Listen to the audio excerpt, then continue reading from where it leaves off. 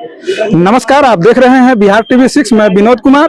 अभी बोचहां के अंतर्गत यहाँ पर रविदास जयंती मनाई जा रही है और यहाँ पर इन्होंने रविदास जी से जुड़े बहुत ऐसे सारे सवाल का जवाब दिए हैं और एक सवाल जो हमें चाहिए वो पूछने का प्रयास करता हूँ। नमस्कार सर। नमस्कार। इसमें बहुतों सारा सवाल आप लोग बोले हैं रविदास जी के विषय में, तो कहने का मतलब है कि रविदास जी का मिशन जो था भक्ति आंदोलन का था या मुक्ति आंदोलन का था? सबसे पहले आपको बिहार टीवी के जितने भी सब्सक्राइबर लोग हैं उनको पहले धन्यवाद, और मैं आपको भी धन्यवाद दे रहा हूँ कि आप हमारा इंटरव्यू ले रहे हैं। तो आपका यही सवाल है ना कि हमारे महापुरुष जो गुरु रविदास जी है उनका आंदोलन भक्ति आंदोलन था या मुक्ति आंदोलन? तो पहले साफ साफ ये बात आपसे कह दूं कि जितने भी भारत के अंदर मूल निवासी समाज में जो महापुरुष जन्म लिए उनका एक ही मिशन था मुक्ति का, और मुक्ति के आंदोलन के लिए उन्होंने अभियान चलाया। और उस अभियान को खत्म करने के लिए ब्राह्मणों द्वारा जो शास्त्र लिखे गए या किताब लिखे गए उनको ढका गया और ये कहा गया कि महापुरुषों के आंदोलन भक्ति आंदोलन है। अब ये भक्ति आंदोलन कैसे इस बात को यानी खत्म करेंगे इस बात से कि अगर गुरु रविदास जी चमार जाति के संत थे, ठीक है, अगर गुरु रविदास जी चमार जाति के संत थे तो फिर वर्ण व्यवस्था के अनुसार जो मनुस्मृतियां आती है, गीता आती है, रामायण आती है, उसके अनुसार जो चमार जाति है यानी चमार शेड्यूल कास्ट के अंदर चमार जाति है उसके अंदर 1800 जातियां हैं। 1800 जातियां के शेड्यूल कास्ट नाम दिया गया, संवैधानिक नाम है। और ब्राह्मणी व्यवस्था में जो मनुस्मृति है उसमें अछूत कहा गया है। तो अगर अछूत है ब्राह्मण को जो भगवान है उसका हम भक्ति कैसे करें या हमारी महापुरुष भक्ति कैसे किए? इससे साबित हो रही है कि अगर हम भक्ति करते, मान लिया थोड़ी देर कि हमारे गुरु रविदास जी अगर रविदास जी किसी भगवान का किसी देवी देवता अगर भक्ति करते होते तो उन्होंने एक चीज कहा कि ब्राह्मण मत पूजियो जो होवे गुणहीन, पूजियो चरण चंडाल के जो होवे गुण परवीन। और इसी चीज को पहले कहा था, यानी तुलसी दुबे ने कहा था कि पूजिए विप्र सकल गुणहीन ब्राह्मण अरे शुद्ध न पूजिए ज्ञान गुण परवीन। इसका मतलब ये साफ साफ कह रहा है कि ब्राह्मण नीच हो, काला कलूठा कुछ भी हो, अज्ञानी हो, फिर ही ब्राह्मण पूजनीय हो। इससे क्लियर हो रहा है कि कह रहा है कि जो बैकवर्ड में शूद्र हो या अति शूद्र हो पूजनीय नहीं है, लेकिन ब्राह्मण किसी भी कारण से हो, नीच हो, गंदा काम करता हो, अत्याचारी हो, बलात्कारी हो, मारता पीटता हो, फिर ही पूजनीय हो।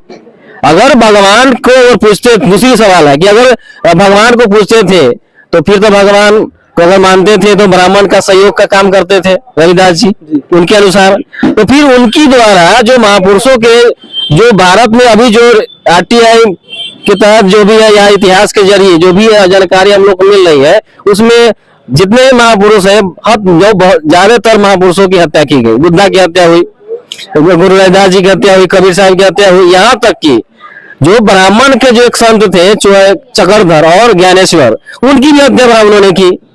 तो हत्या के पीछे कारण क्या था कि ब्राह्मण ने जो चक्रधर थे और क्या नाम बताया अभी, चक्रधर और एक ज्ञानेश्वर दोनों ब्राह्मण थे, ब्राह्मण संत थे। और ब्राह्मणों संत के ब्राह्मणों ने हत्या क्यों की? क्योंकि रामायण जो मराठी जो थी उसको उसने जो संस्कृत में लिखा था उसका अनुवाद मराठी में उसने किया, ठीक है ना, वो महाराष्ट्र की तरफ के थे। तो जो संस्कृत में लिखा हुआ मनुस्मृति थी, गीता थी, रामायण थी, उसको क्या किए उन्होंने यानी मराठी अनुवाद किया। तो अनुवाद का उनको यानी श्रेय मिलना चाहिए था, उनको क्या बोलते हैं मानधन मिलना चाहिए था। ब्राह्मण उनकी हत्या क्यों की? और मेरा एक सवाल है कि उनकी हत्या क्यों की? इसका मतलब है कि जरूर उसने विरोध का काम किया या हमारे महापुरुषों ने उसके विरोध किया या विचारधारा के विरोध में काम किया, जिसके कारण उनकी हत्या करना पड़ा। अभी हाल फिलहाल एक और मैसेज आ रहा है सर, हमारा कहना है कि संत रविदास जी जो थे वो तो राम और कृष्ण सभी को मानते थे। कभी नहीं माने हैं, ऐसा लिखा भी नहीं है। और वो जो लिखा गया है तो ब्राह्मण मान लिया कि भगवान को मानते थे, थोड़ी देर के लिए मानते हैं भगवान को। तो फिर आज बड़े लेवल पे इंडिया लेवल पे कहाँ रविदास जी का नाम है? उनको चमार जाति से बांध करके रख दिया गया।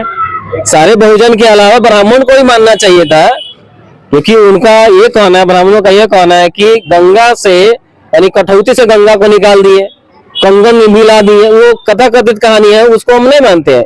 ये 200% तो फर्जी फिर कहानी। आप जब इस प्रकार से जवाब दे रहे हैं तो उनके नाम के आगे संत क्यों लगाया गया? संत इसलिए लगाया गया है कि ताकि हमारे बहुजन समाज को ठगी किया जा सके, मजबूरी में। इसलिए मजबूरी में, क्योंकि ब्राह्मणवाद को इतना प्रहार किए, मजबूरी में उनकी हत्या के करना पड़ा। और हत्या करने के पीछे रविदास जी का एक लिटरेचर हाथ में हम लोग को लगा है। उनका एक ही कहना है, भक्ति भरम है सो जानो, यानी भक्ति और भक्त के विरोध में। भक्ति ब्राह्मण है, ब्राह्मणवाद है। अब एक तरह से और हम समझाना चाहते हैं, जैसे चतुर्वर्ण व्यवस्था है, ब्राह्मण, क्षत्रिय, वैश्य और शूद्र, उसके बाद आते शूद्र है। अगर दोनों अभी के डेट में हिंदू, ये सारे वर्णों को हिंदू कहा जाता है कि हम सब हिंदू एक है, तो हम थोड़ा सा पॉलिटिकल समझते हैं। अगर ब्राह्मण भी हिंदू है, क्षत्रिय भी हिंदू है, वैश्य भी हिंदू है, और ओबीसी के, आज ओबीसी के जिसको अभी पुराना जो मनुस्मृति का नाम है शूद्र और अति शूद्र, अगर ये सारे लोग हिंदू है, ठीक है, हिंदू है, तो हिंदू है तो फिर ब्राह्मण ऊंच कैसे हो गया? ऊंच कैसे हो गया? और ये शूद्र अति शूद्र नीच कैसे हो गया? चूंकि ब्राह्मण तो ब्रह्मा के मुख से पैदा है, इसलिए ऊंच है। अच्छा, ब्रह्मा के मुख से पैदा लिया, तो आज एको ब्राह्मण मुंह से तो पैदा नहीं ले रहा है। आज जिस तरह से हमारी माँ ने हमको जन्म दिया, उसी प्रकार से ब्राह्मण भी जन्म ले रहा है। अब ब्राह्मण को ब्रह्मा के मुख से अगर पैदा, ब्राह्मण को सर्वश्रेष्ठ तब मानेंगे कि एक ही ब्रह्मा के मुख से आज के डेट में अगर पैदा, मुंह से अगर पैदा हो जाए तो मैं मान लूंगा। अगर माँ के जन्म से लेकर, तो मैं भी जानता हूँ कि जितना मैं शूद्र हूँ या नीच हूँ, उतना वो भी नीच है।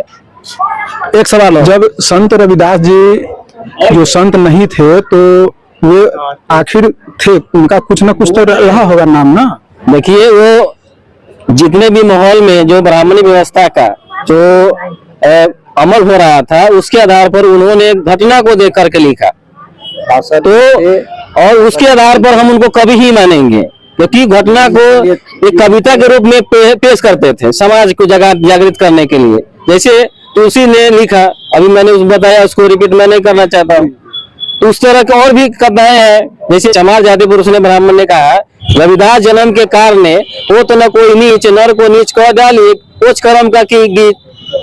ये उस परिवेश के देखते हुए, यानी मनुस्मृति ये लागू कर रहा था कि चमार नीच जाति है, उस नीच जाति पर उन्होंने कहा। और सर एक सवाल है, आप लोगों के कथनानुसार रविदास जी जातिवाद को नहीं मानते थे। जी जी। तो फिर वो रविदास क्यों, आज जो लोग रविदासिया संगठन बना रहे हैं, तो इससे आपको क्या समझ में आता है? एक रविदास एक टाइटल है, उसके जाति का बोध नहीं होता है, इस पे स्पष्ट है। लेकिन ये रविदासिया या रविदास जो टाइटल है, ये बोध इसलिए कर रहा है कि महापुरुषों के जो आंदोलन है, या रविदास जी का आंदोलन या कबीर साहब के आंदोलन है, वो समाज तक, बहुजनों तक नहीं पहुंचे। इसलिए जाति सूचक शब्दों का इस्तेमाल किया जा रहा है, ताकि जाति में उलझ करके आंदोलन समाज तक नहीं पहुंचे। ये भी इसका मूल कारण है। धन्यवाद सर। यह वीडियो आप लोगों को कैसी लगी, कृपया अपना प्रतिक्रिया कमेंट बॉक्स में कमेंट अवश्य करें। अगर यह वीडियो आप लोगों को अच्छी लगी हो तो कृपया वीडियो को लाइक एवं ज्यादा से ज्यादा शेयर करें, तथा चैनल पर नए हैं तो चैनल को सब्सक्राइब एवं घंटी के ऑल का बटन अवश्य दबाएं।